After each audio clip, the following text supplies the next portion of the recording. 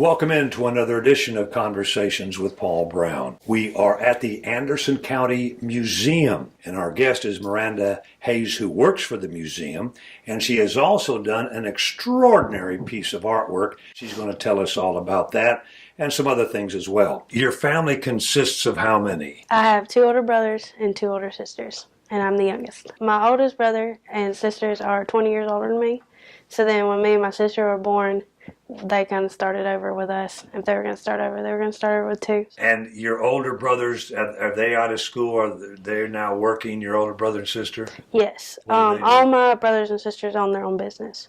Really? Entrepreneurs? So, yes. We went to Oakwood Christian until we were in 7th grade, and then we found out about a private school in Hartwell and transferred to Barnes Academy, where I went to school until I graduated.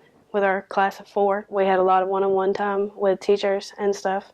So I actually got to do a whole year of college credit before I went to school because I had a teacher working with me on it. So I went to school with 30 hours of college credit that we did over 2 years while I was in high school. In high school, you began to realize you had a talent? Over the period of high school, I decided that I wanted to go into graphic design and art. I actually never taken an art class until college. So my first art class was in college. In high school, then, what were you able to do to help you achieve that goal? I actually started with airbrush t-shirts and graffiti art. My grandfather and my dad are both artists, so I learned a little bit from them and then kind of self-taught all the way through school. So my grandfather actually has a sign shop business where he hand-painted signs in Atlanta. And then now my uncle owns it, and my dad's also an artist. So some of it was from them and then self-taught, but I never took art lessons or anything. Genetics, we call it. What are your other brothers and sisters do? Are any of them artistically inclined? My sister actually has a bakery, so she does cakes and wedding cakes and stuff. So out of the 2 of us, she has a lot more fine art skills, I think. But she can do incredible, like, custom cakes and stuff for people. And does some 3D stuff with that. So, where's her shop? She's in Hartwell right now and moving to Anderson in the next couple years. Really? So, and opened up a designer cake company? Yes, she is. I have my 2 older brothers and 2 older sisters, and then I have 16 nieces and nephews now. So there's lots of babies in our family. You studied hard in high school and were able to get a jump start on college. When it came time to decide where to go, what decision did you make? Well, I had a couple of schools in mind, but my mom wanted me to stay close, so we chose Anderson. And then I have 2 degrees, actually. So I did art, concentrating in graphic design, and then communications, concentrating in public relations and advertisement. I really enjoyed AU. It's a bigger school, but there was a lot of one-on-one with professors, and they really worked with me, and I didn't sleep very much, but I had a lot of fun. We were required to have an internship with our major for graphic design. So I had a professor that hooked me up with Anderson County for an internship. And then after that, I was hired on part-time and then stayed on. And then when I got ready to graduate, I found out about a job coming up at the museum for graphic design, another part-time job. So I took that one so that I could have a full-time hours. And then over the past year and a half, we've been working on updating county branding, making digital files, making it easier to use, more web-based stuff. And then here at the museum, we've been working on updating brand awareness and where the community knows we're here and providing free events for the community. So I love getting to do that and branding for that. For those that may not understand the concept of branding, yes, give me an elementary explanation of what that involves. I guess the best way I know how to describe it is the image of the company and like what represents that company. So logo, posters, business cards, letterheads, website, social media now, everything like that. With the PR side of things, look at what kind of audience came here, what kind of audience we were missing, and then trying to grow that. And then looking at how to get out in the community more with branding and letting people see it. It was well done for inside the museum, but then getting it out where people knew where we are and knew what we had here and how much stuff was available to them. What did you do specifically to attract those visitors to Anderson through your branding? One of the biggest things was getting business partners to give out our stuff, like restaurants downtown, giving out coloring sheets at dinner, hung up posters everywhere. We have about 30 places we hang up posters now, getting it on county TV more, and advertising on social media a lot helps with that.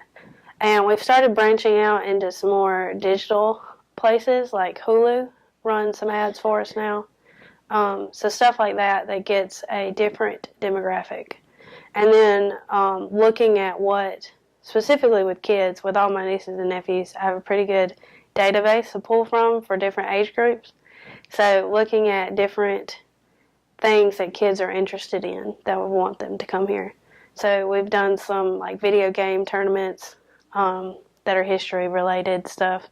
And then we've done some other like cartoon-based kids events that are popular characters that kids like, and bringing kids in here more to grow our educational programs with that. So you're basically, let me get this straight, tricking these kids to come in, and in the process introducing them to history in the museum. Yeah, we're just targeting what they like and then introducing history with that, giving them something to be interested in. Like we did this for the mosaic, using the photo of the courthouse for the background of the mosaic and then tying in the history of the courthouse with this exhibit. And in the rest of the exhibit, we have some artifacts from the historic courthouse over the renovations and some history about it. So while they come in to see their photos, they also learn a little bit of history. How many behind you do these pictures represent people that submitted them? We have a total of 793 public submitted photos, and there are about 400 users that submitted photos. And behind you there are how many photographs altogether? Altogether, there should be a little over 1,700 photos. Tell me about how you came up with the sky. So the sky is mostly made up of air show photos. We've actually had a couple big events over the time of making this mosaic that we used. The Anderson County Fair, Bassmasters, and the air show. So there's a lot of Bassmaster photos and there's a lot of air show photos, but the air show photos made up the perfect sky. And the size of what you've been able to do with your mosaic is what? It is 8 feet by 6 feet, and then there are 2-inch by 2-inch photos that make up the whole thing. And it's on display at the Anderson County Museum, and it'll be up for the rest of June through the middle of August. Our guest is Miranda Hayes. We're at the Anderson County Museum, and we'll continue our conversation with her.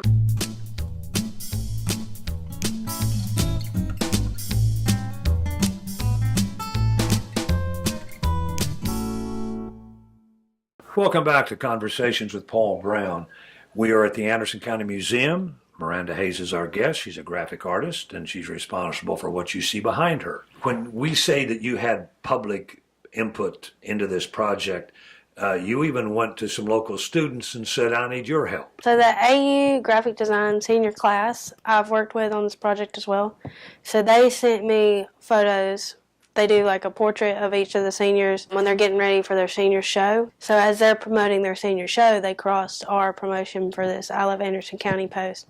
So there are photos from all the seniors at the Anderson University that just graduated. We had some other local businesses that participated in it as well. And then some of our others like Special Populations and Senior Center and Paul's participated and sent us photos. So there's some of those in there as well. And then we have a kids floor puzzle and coloring wall, so the kids can come in and color a coloring sheet and hang their artwork up in the museum for the summer with this.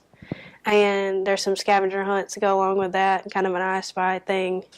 And then we have a map of South Carolina in the United States that you can put a sticker on where you're from, so we can see how many people from across the country get to come and see the exhibit. It would seem to me that if you're going to grow the museum, you've got to attract a younger audience. Yes. And it seems to me that what you're doing is working because you're speaking their language. Is that what it boils down to? Yeah, that's what we're trying to do. We had a pretty good 50 and up demographic for events. We did some book signings, some talks, some history lesson type events that really attracted to them.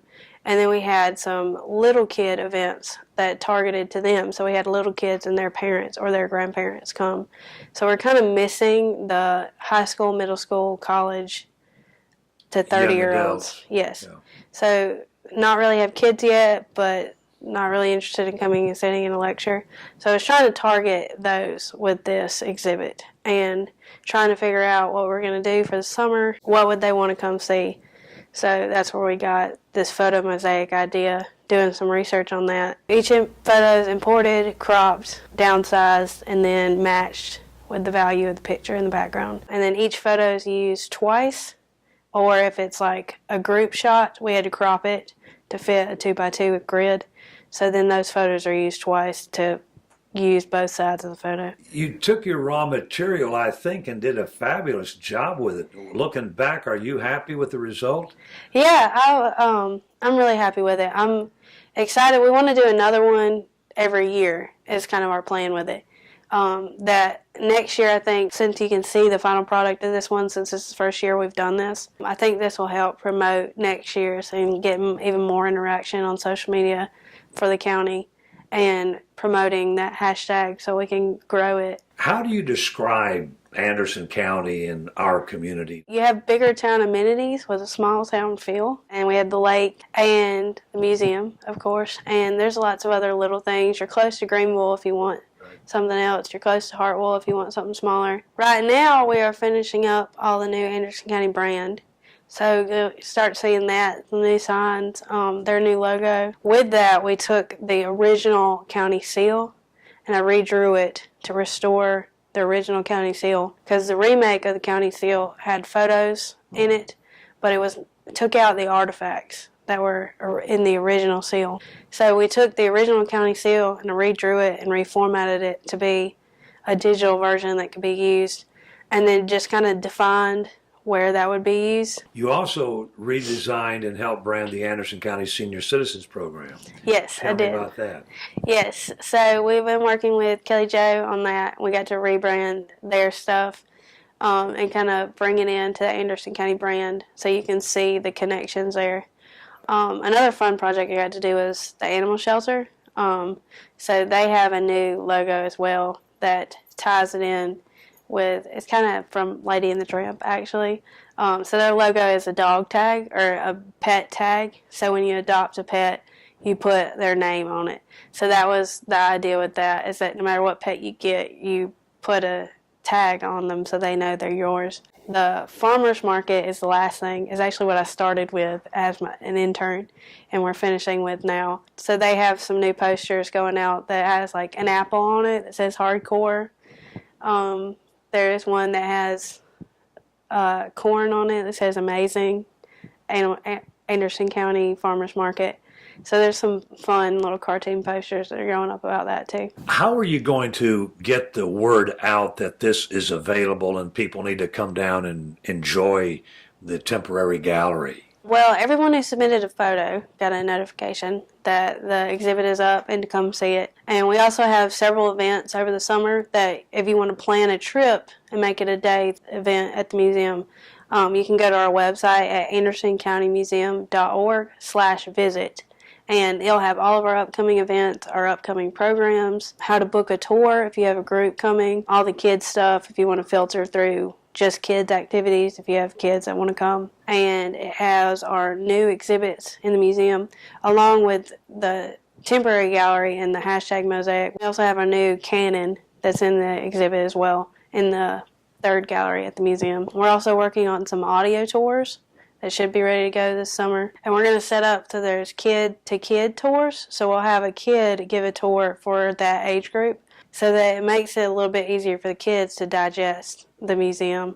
And it'll hit all their social studies standards for their age group. And our summer historic film series, films that are filmed in Anderson County, like Radio, Leatherheads, Midnight Man, will be through the summer. It seems to me that you and Beverly and the rest of them really have got stuff going all the time. How do you get that message out? Yes, we actually have over 100 events every year.